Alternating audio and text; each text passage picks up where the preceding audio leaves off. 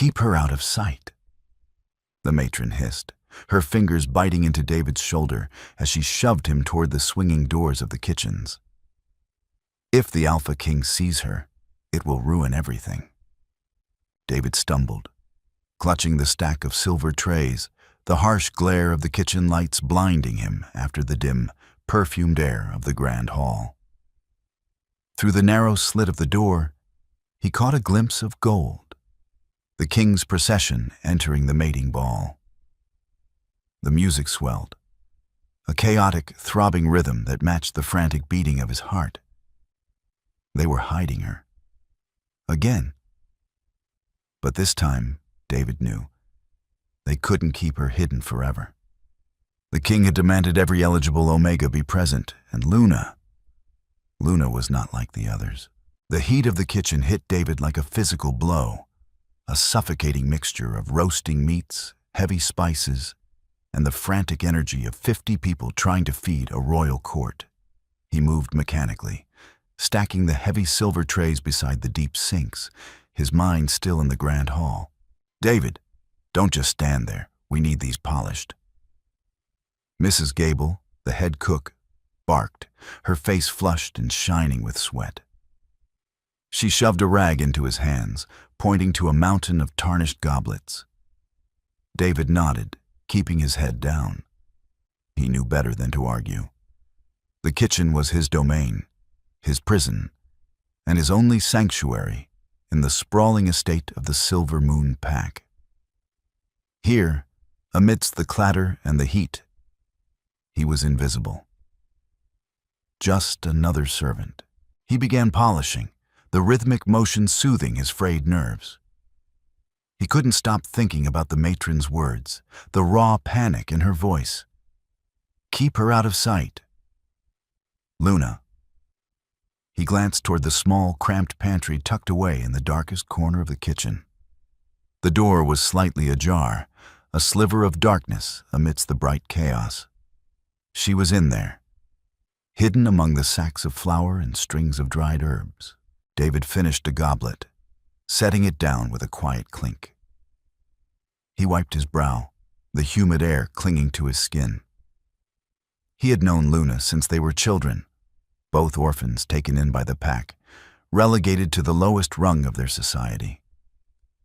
They had grown up in the shadows, scrubbing floors, serving meals, always watching the glittering lives of the alphas and betas from afar. But Luna was different. Even covered in soot, wearing oversized, patched dresses, there was an undeniable grace about her. A quiet strength that unnerved the matron and the other high-ranking members of the pack. They whispered about her lineage, about the unusual scent she carried, not the sweet floral notes of a typical Omega, but something deeper, earthier, like a forest after a storm. "They're starting the presentation," a young scullery maid whispered, leaning closer to David as she scraped plates into a bin. "The king is already on the dais." David's grip on the rag tightened. The mating ball. It was a centuries-old tradition, a barbaric spectacle where the Alpha King, a man rumored to be as ruthless as he was powerful, chose his mate from the eligible Omegas of the allied packs. The Silver Moon Pack had spent a fortune preparing, hoping their own prized Omega, the Alpha's daughter Seraphina, would be chosen. "And Seraphina?" David asked, his voice low. "Radiant, they say," the maid replied, her eyes wide, wearing a gown of spun silver. "But the king, they say he looks bored." David frowned. Bored? The fate of Pax rested on his decision, and he was bored. He tossed the rag aside and moved toward the pantry, his movements swift and silent. He needed to check on Luna.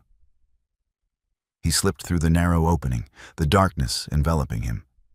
It smelled of sage and dusty flour. "Luna," he whispered, his voice barely carrying over the din of the kitchen. A rustle of fabric. Then a soft, familiar voice.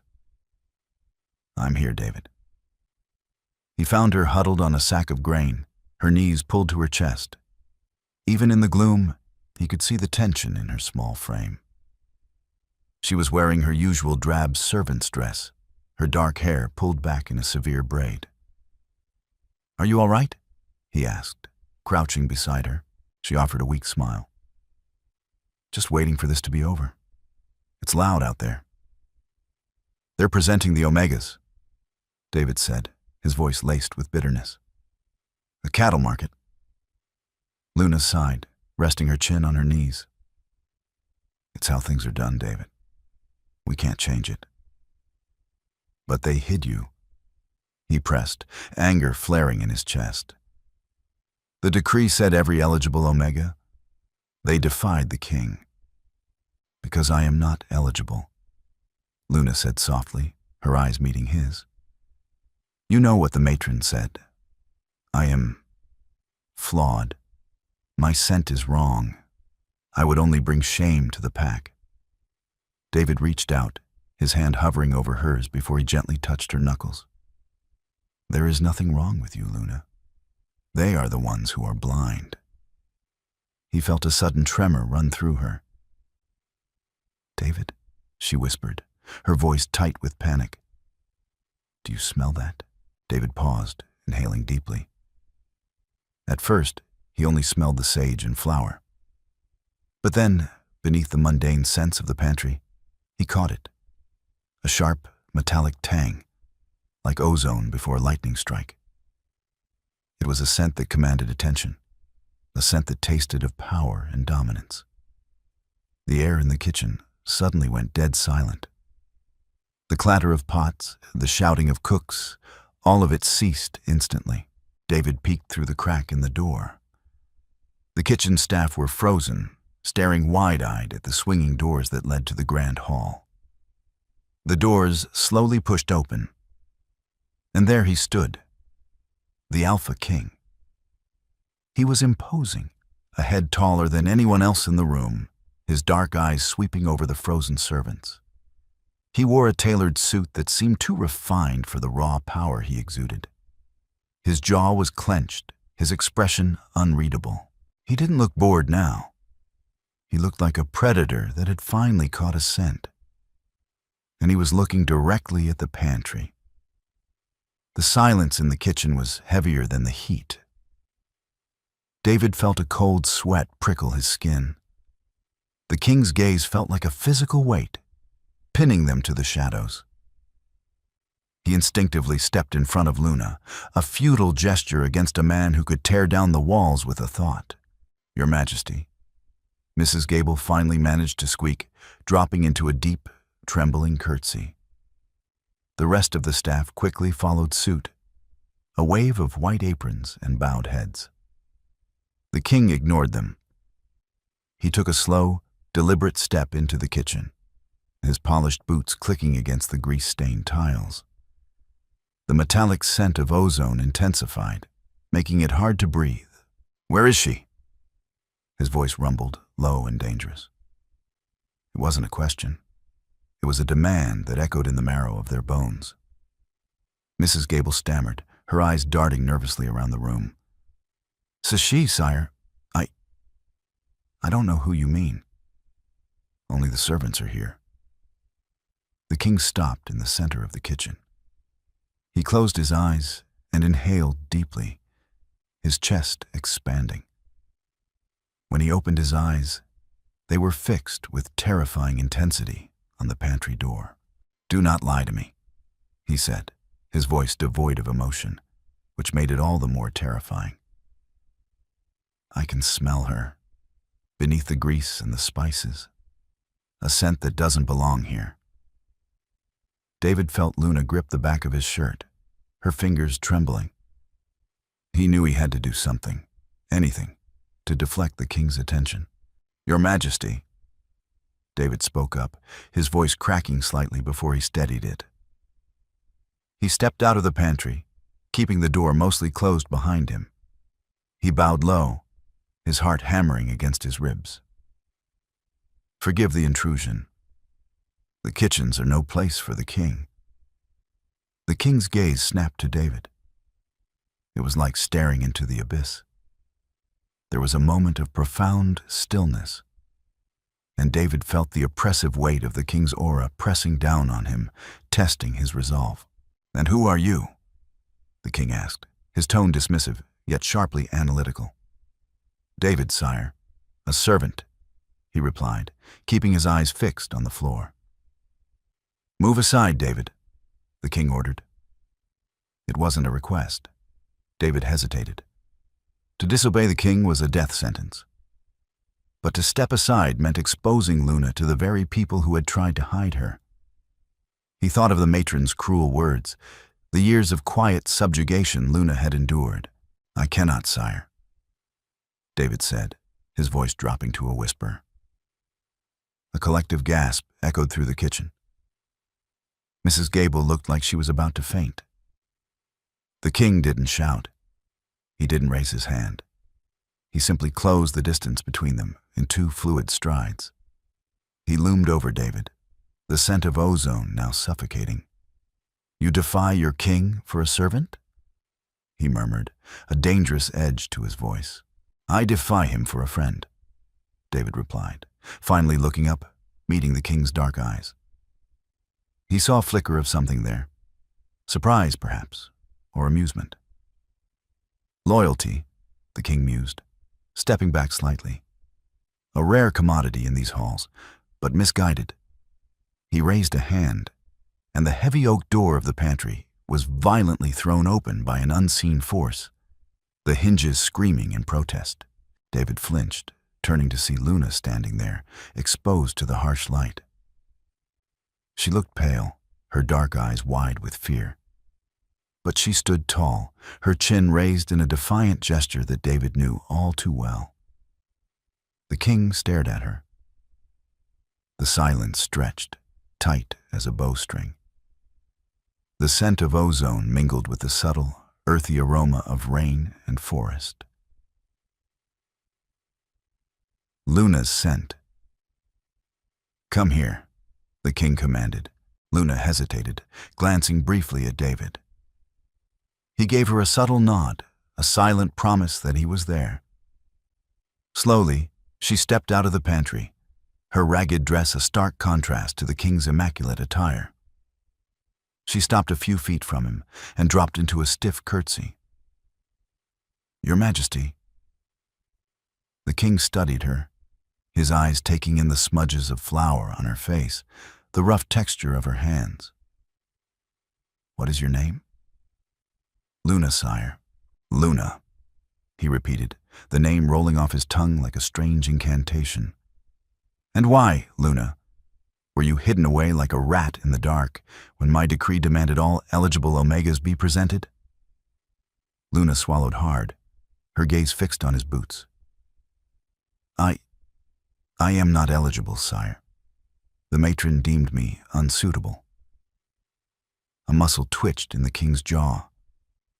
"Unsuitable," he echoed, a dangerous softness in his voice.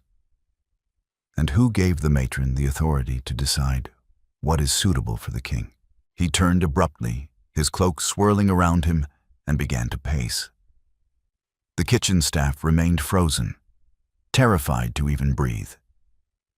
"The alpha of this pack presents me with a parade of glittering dolls," the king said, his voice rising, echoing off the tiled walls.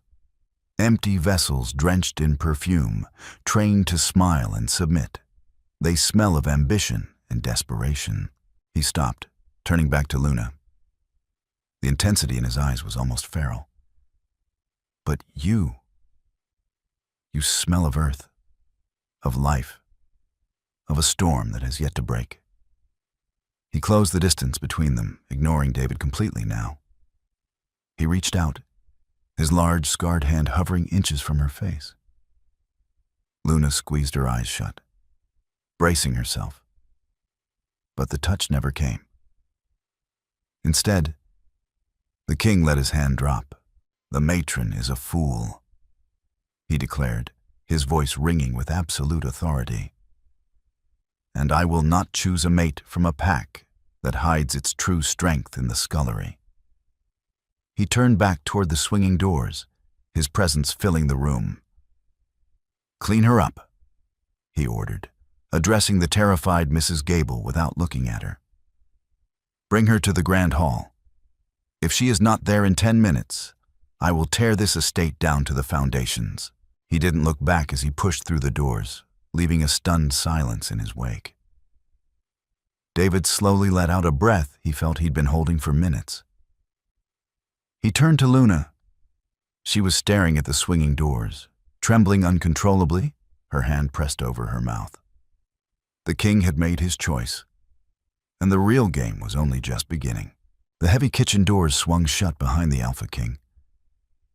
Yet his oppressive storm-like scent remained, hanging in the humid air like a physical threat.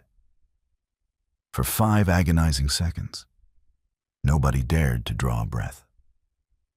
Then, the paralysis broke, shattering into sheer, unadulterated panic. "Move! Everyone, move!"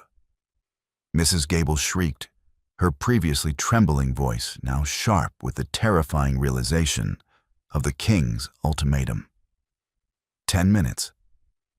If the girl was not in the Grand Hall in 10 minutes, the estate would fall. "Don't just stand there gaping like caught fish. Get a basin. Get hot water, soap, now!" David didn't wait for her orders. He sprinted to the large copper boiler in the corner, grabbing a heavy wooden bucket. His mind was racing, a chaotic blur of fear and disbelief. The king had chosen her. Out of all the perfumed, pampered omegas in the Silver Moon pack, he had demanded the scullery maid they had desperately tried to conceal. He lugged the steaming bucket back to the small washroom off the pantry. Mrs. Gable was already there, practically dragging Luna by the arm. The older woman's face was chalk white beneath her flush. "Take off that wretched thing," Mrs. Gable commanded, pointing a shaking finger at Luna's coarse, soot-stained dress. "Mary, fetch the ivory silk slip from the mending room, the one Lady Seraphina tore last month. We patched the hem. It will have to do." Luna stood frozen, her dark eyes wide and unfocused. The sudden shift in reality was too violent, too swift. She looked at David, a silent plea for an explanation neither of them possessed. "It's going to be all right, Luna," David said, his voice remarkably steady despite the chaotic hammering in his chest. He set the water down and grabbed a clean linen towel, handing it to her. "You have to wash. Quickly." Mrs. Gable shooed David out into the main kitchen. "Out! We don't have time for your dawdling. Find her something for her feet. She can't walk out there in those worn leather boots." David paced the kitchen tiles, ignoring the frantic scrubbing and hushed, terrified whispers coming from the washroom. He rifled through the servant quarters' meager belongings and found a pair of soft, cream-colored slippers. They were plain, devoid of the jewels and embroidery the noble Omegas wore. But they were clean. The minutes ticked by with agonizing speed. 8 minutes left. 7. 6. The washroom door burst open. Mrs. Gable pushed Luna out into the harsh light. David stopped dead in his tracks. The transformation was startling, not because she looked like one of the high-born Omegas, but because she looked entirely, unequivocally like herself. Only revealed. The layers of soot and grease had been scrubbed away, leaving her skin flushed and glowing with a natural, healthy pallor. Her dark hair, usually restrained in a tight, dusty braid, had been brushed out, falling in thick, damp waves down her back. She wore the ivory silk slip. It was incredibly simple, lacking any corset or ruffled layers, clinging softly to her modest frame. Against the opulent standards of the mating ball, it was practically a nightgown. Yet, the stark simplicity only highlighted the quiet, undeniable grace she possessed. Without the smell of stale flour and smoke, her true scent, the deep, earthy aroma of a forest after a heavy rain, began to bloom in the warm air. "It's not enough," Mrs. Gable fretted, wringing her hands, her eyes darting to the clock. "She looks bare. She looks like a servant playing dress-up. The matron is going to have my head." "The king did not ask for a doll," David said quietly, stepping forward. He knelt on the grease-stained tiles, offering Luna the cream slippers. He asked for her. Luna placed a trembling hand on David's shoulder to steady herself as she slipped her feet into the shoes. Her fingers dug into his linen shirt. "David, I can't do this," she whispered, her voice barely audible over the clatter of the nervous cooks. "They will tear me apart out there. Serafina, the Alpha. They will never allow this." David stood, meeting her terrified gaze. He desperately wanted to hide her again, to smuggle her out the back door and run far away from the packs, the kings, and the cruel traditions. But the memory of the king's eyes, the absolute crushing power in his gaze, told him there was nowhere to hide. "You don't have to face them," David said, his voice fiercely gentle. "You only have to face him. He is the one who called for you. Walk with your head high, Luna. Do not let them see you tremble." The large grandfather clock in the dining corridor chimed the quarter hour. The 10 minutes were up. Mrs. Gable let out a strangled sob. "Go. May the moon goddess protect us all." David offered his arm. Luna looked at it for a fleeting second, took a deep, shuddering breath, and looped her arm through his. Together, they walked away from the safety of the scullery, moving toward the swinging doors that led to the grand hall. The heavy, rhythmic music from the ballroom thrummed against the walls, sounding less like a celebration and more like a march to the executioner's block. David pushed the doors open, and they stepped out of the shadows. The transition from the sweltering, dim scullery to the grand hall was jarring, a violent assault on the senses. The air here was refreshingly cool, heavily perfumed with a suffocating mix of jasmine, expensive musk, and the nervous sweat of 100 high-ranking wolves.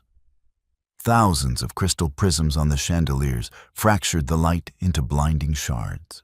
David and Luna stood at the threshold of the servants' entrance, hesitating on the periphery of the magnificent ballroom.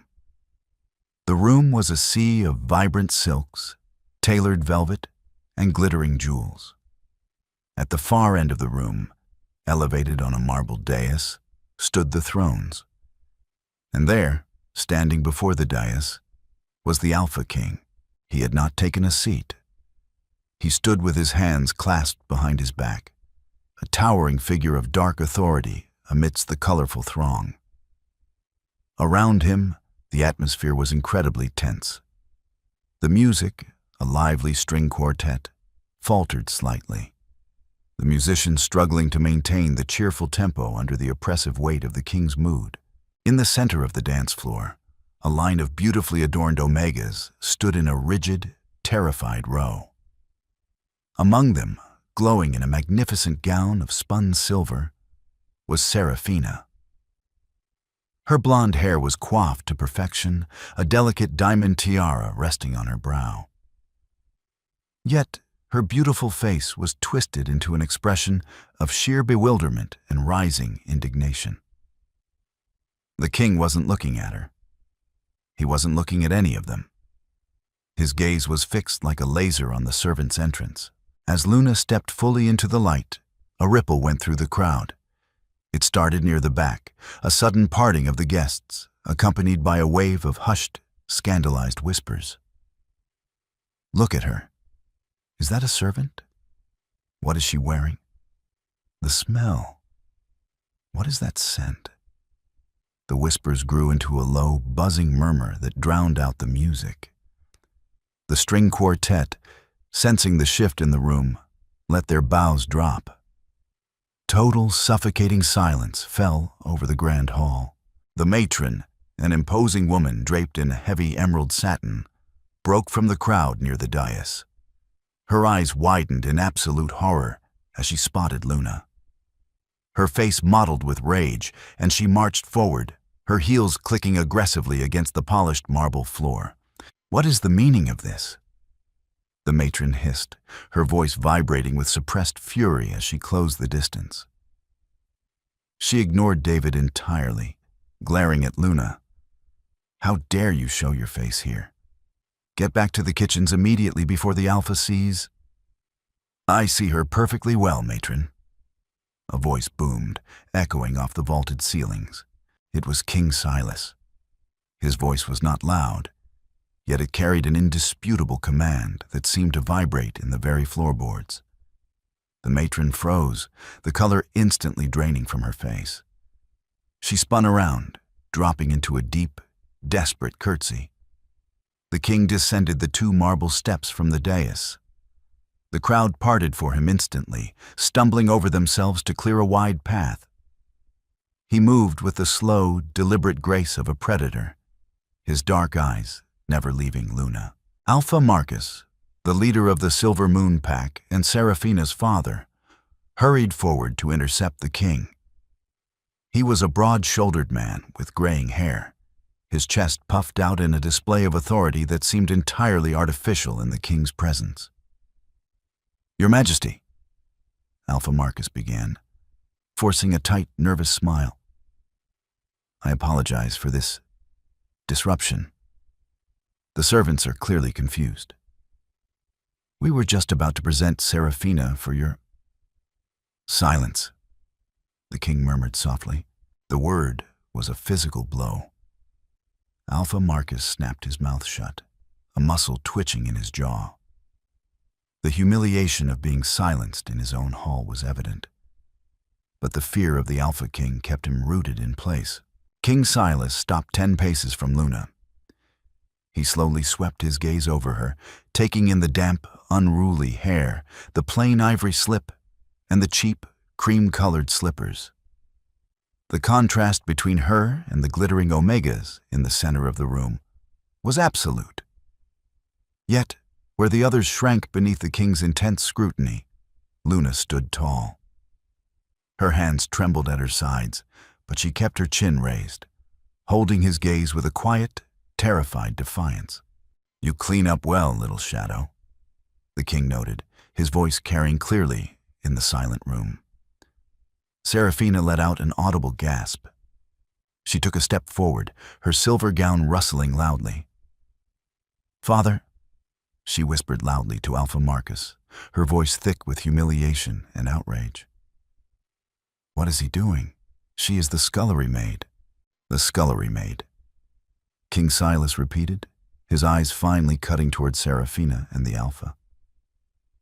His expression was cold, devoid of any warmth.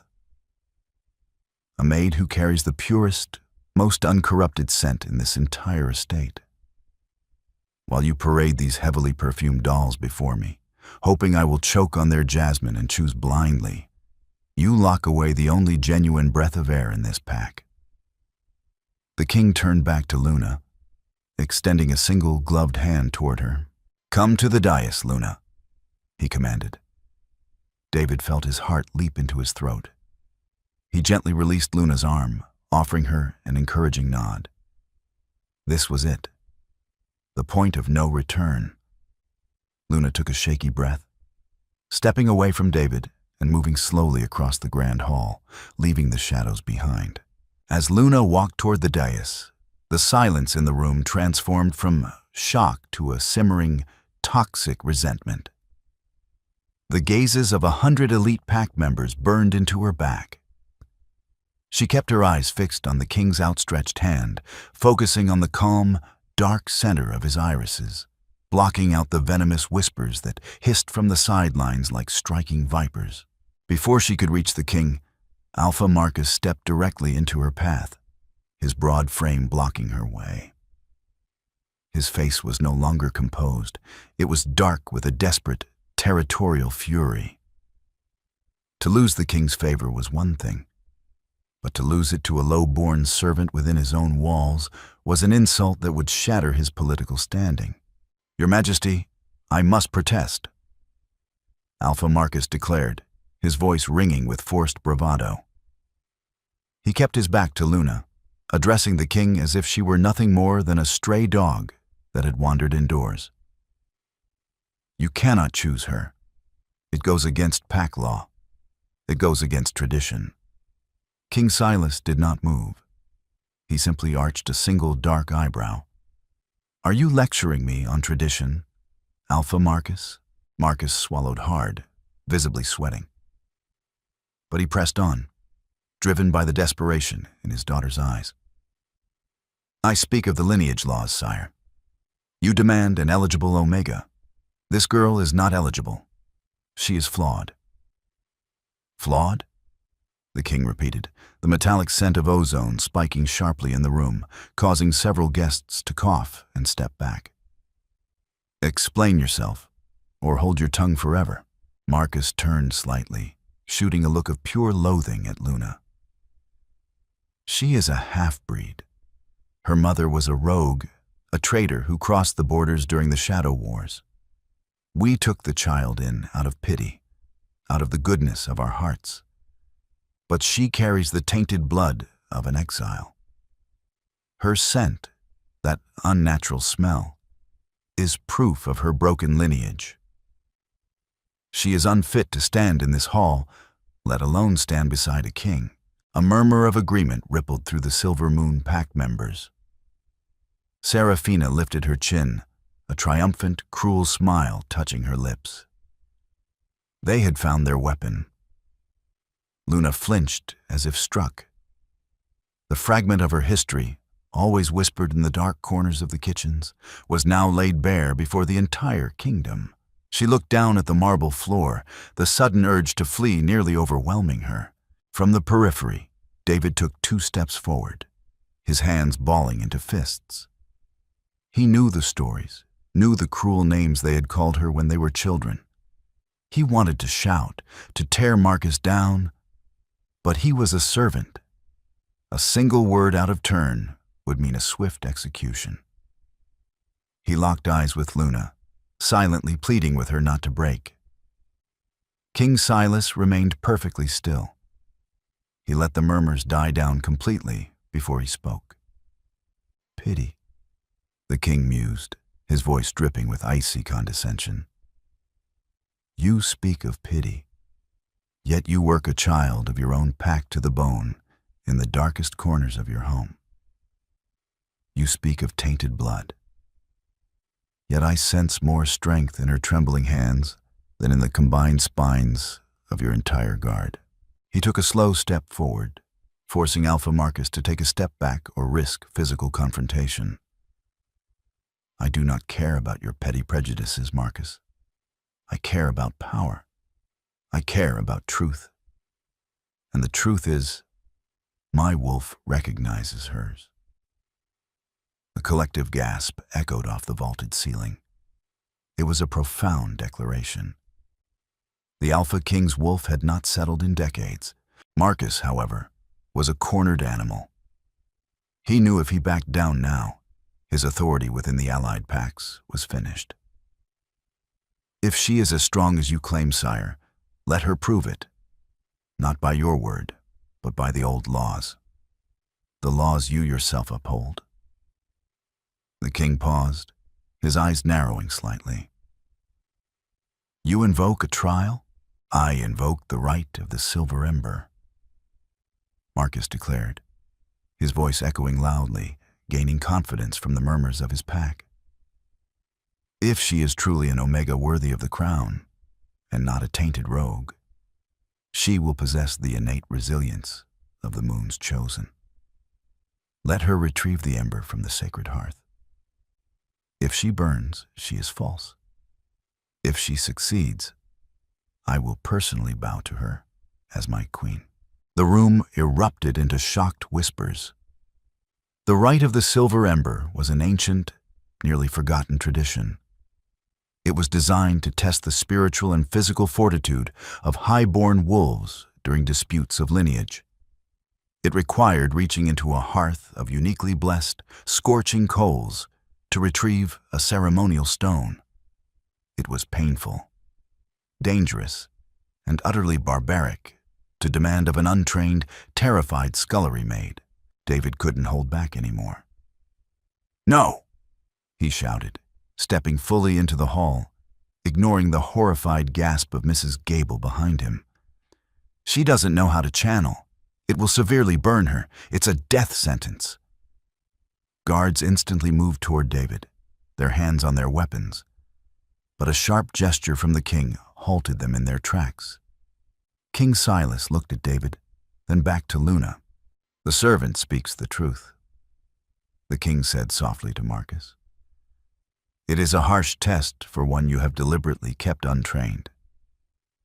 "If she is your queen, sire, she needs no training," Marcus retorted, a smug edge to his voice. "Does the Alpha King back down from a challenge of the old laws?" King Silas stared at Marcus, his dark eyes promising a slow, agonizing retribution. Then he looked at Luna. He did not offer to save her. He did not refuse the challenge. Instead, he stepped aside, leaving her standing alone between the throne and the hostile Alpha. "The choice is yours, Luna," the king said quietly, his gaze piercing her soul. "You can return to the shadows, and I will tear this pack apart for their insolence. Or you can step forward and prove to them what I already know." The Grand Hall of the Silver Moon Pack had hosted countless ceremonies over the centuries, but never one born of such raw, unadulterated hostility. At Alpha Marcus's command, 4 heavily muscled guards wheeled a massive, wrought-iron brazier into the center of the polished dance floor. The vessel was ancient, its black metal etched with the forgotten runes of the first packs. Inside, sacred coals burned with a terrifying, blinding intensity. They did not glow red. They burned a stark, furious white. The heat radiating from the brazier was immediate and oppressive. It pushed the glittering crowd backward in a physical wave. Omegas shielded their faces behind silk fans, their previous arrogant whispers replaced by choked gasps as the temperature in the room skyrocketed. The smell of sulfur and scorched metal overpowered the heavy perfumes, a harsh reminder of the violent, untamed magic that governed their kind. Luna stood frozen at the base of the dais, the heat prickling the skin of her arms. The ivory slip offered no protection against the searing wave. She stared into the blinding light of the coals. Somewhere deep inside that miniature inferno rested the silver ember, a ceremonial stone that she was expected to retrieve with her bare hand. David strained forward from the periphery, his knuckles white as he gripped the edge of a marble pillar. The guards had formed a loose barricade, ensuring no one interfered. He watched the sweat bead on Luna's forehead. It was a death sentence. Even highly trained alphas risked severe burns performing the rite of the silver ember. A scullery maid, completely cut off from her wolf spirit by years of suppression and fear, would lose her hand. Perhaps her arm. "The rite is prepared, Your Majesty," Alpha Marcus announced. His voice was steady, but a bead of sweat tracing down his temple betrayed his nerves. He looked at Luna, a cruel, vindictive light in his eyes. "The girl may proceed, or she may confess her tainted blood and return to the kitchens." King Silas remained utterly motionless. His dark eyes were fixed on Luna, offering neither encouragement nor pity. He was a creature of absolute law and immense power.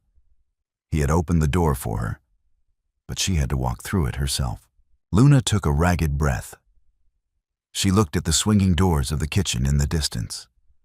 Safety lay beyond them, a lifetime of scrubbing soot, hiding in the pantry and staring at the floor. A life of quiet survival. Then she looked at the Alpha King.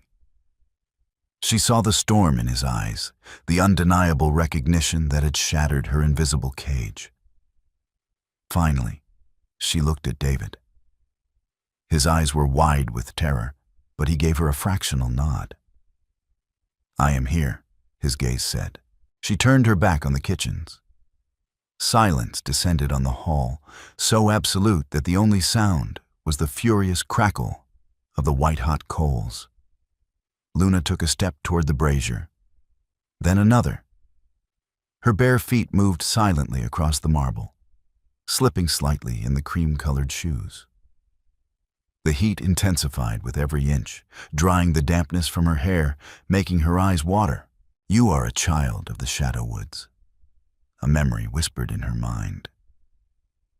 It was her mother's voice, a ghost from a time before the kitchens, before the beatings and the endless servitude. "Do not fear the fire. You are the rain that puts it out." Luna stopped 2 feet from the iron rim. The heat was agonizing. It felt as though her skin were peeling back from the bone. She closed her eyes. She stopped trying to resist the heat, and instead focused on the feeling of the heavy, humid air of the scullery. She remembered the smell of the damp earth after a severe thunderstorm. She reached deep into the hollow space inside her chest, the place where she had locked her wolf away to survive. A sudden, sharp intake of breath echoed through the hall. David watched in stunned fascination as a subtle shift occurred in the air around Luna. The harsh, sulfuric smell of the coals was suddenly undercut by the deep, rich scent of ozone and petrichor.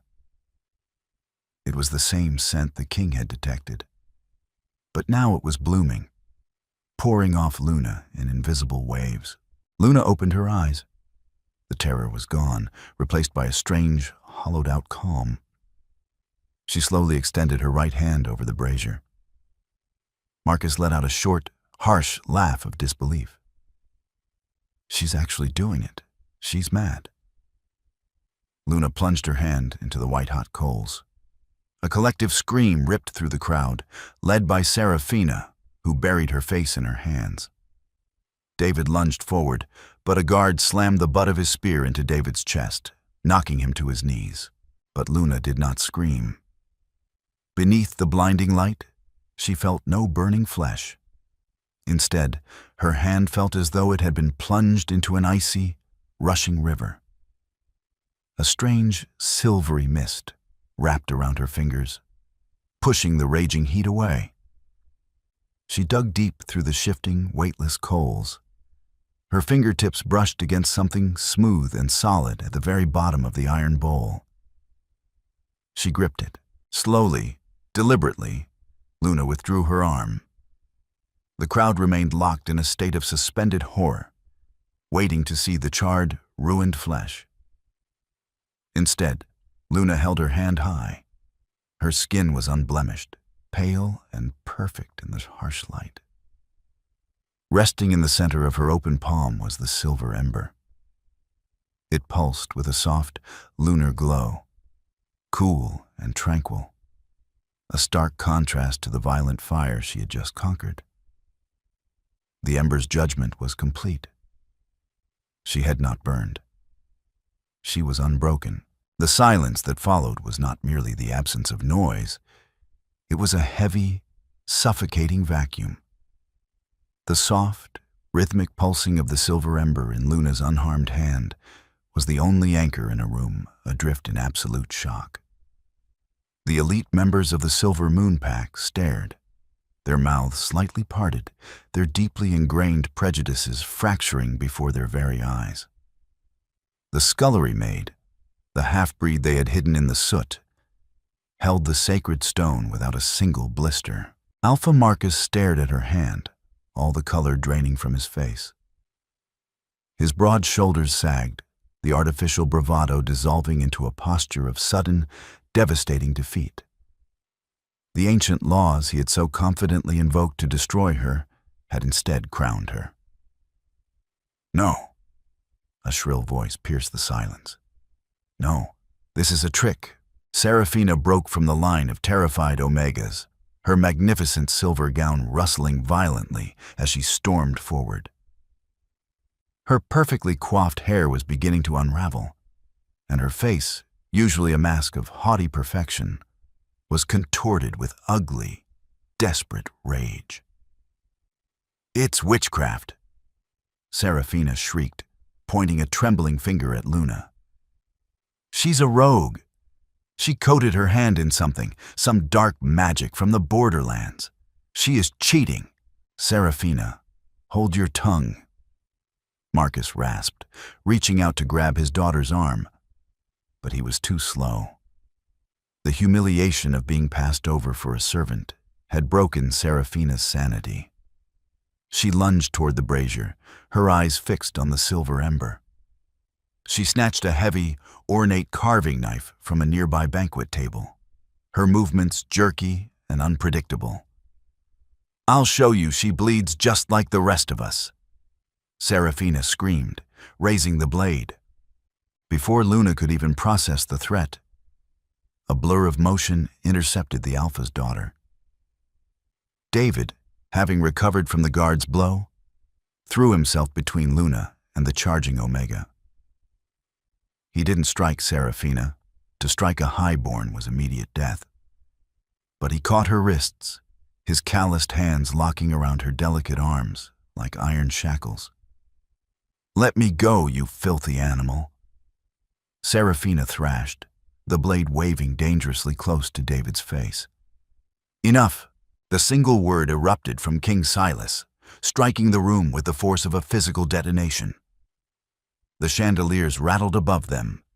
The sheer, terrifying dominance in his voice forced several wolves in the crowd to their knees, their bodies betraying them in the presence of the Alpha King's unchecked fury.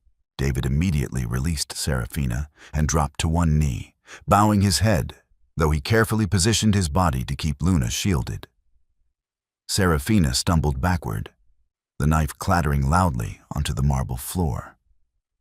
She collapsed, sobbing hysterically, the reality of her actions finally crashing down upon her. King Silas descended the dais with predatory slowness.